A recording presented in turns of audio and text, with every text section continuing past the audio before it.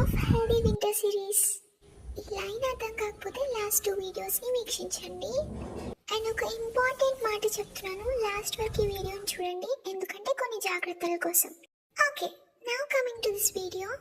ఈరోజు మీరు చూడబోతున్నారు హెల్దీ క్యారెట్ అండ్ బనానాతో ఇవన్నిటిని కలిపిన స్మూతీ.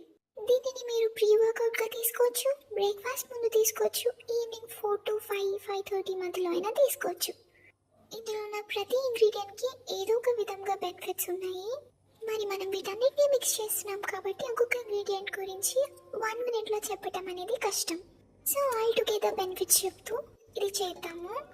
దీనికోసం నేను పెద్ద banana, 2 medium size carrots, 2 blackberry, cashew, బాదం, కిస్మిస్, కొంచెం సోప్ అండ్ ఫ్లాక్ సీడ్స్, అదే అవిసె గింజలు, 1/2 స్పూన్ చియా సీడ్స్, 2.5 స్పూన్ల బెల్లం తీసుకున్నాను అనమాట.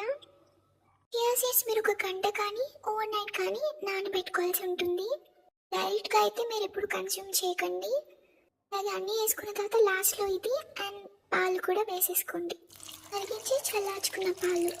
ఇకపోతే ఈ స్మూతీ వెయిట్ గెయిన్కి యూజ్ అవుతుంది, ఎందుకంటే దీంట్లో ఉన్న నట్స్ కానీ వేసినవి కానీ గుడ్ ప్రోటీన్ అండ్ ఫ్యాట్స్తో ఫిల్ అయి ఉన్నాయి కాబట్టి. ఇమ్యూనిటీని పెంచి కొన్ని ఇన్ఫెక్షన్స్ నుంచి మనల్ని ప్రొటెక్ట్ చేస్తుంది. ఫైబర్ ఉంది కాబట్టి డైజెషన్కి కూడా యూజ్ అవుతుంది. అలాగే న్యాచురల్ ఎనర్జీని కూడా ఇస్తుంది. స్కిన్కి, హెల్త్కి, హెయిర్కి కూడా చాలా మంచిది. దీన్ని తాగడానికి బెస్ట్ టైం మార్నింగే. ఒకవేళ మీకు పడని ఇంగ్రీడియంట్స్ ఇందులో ఉంటే స్కిప్ చేసేయండి.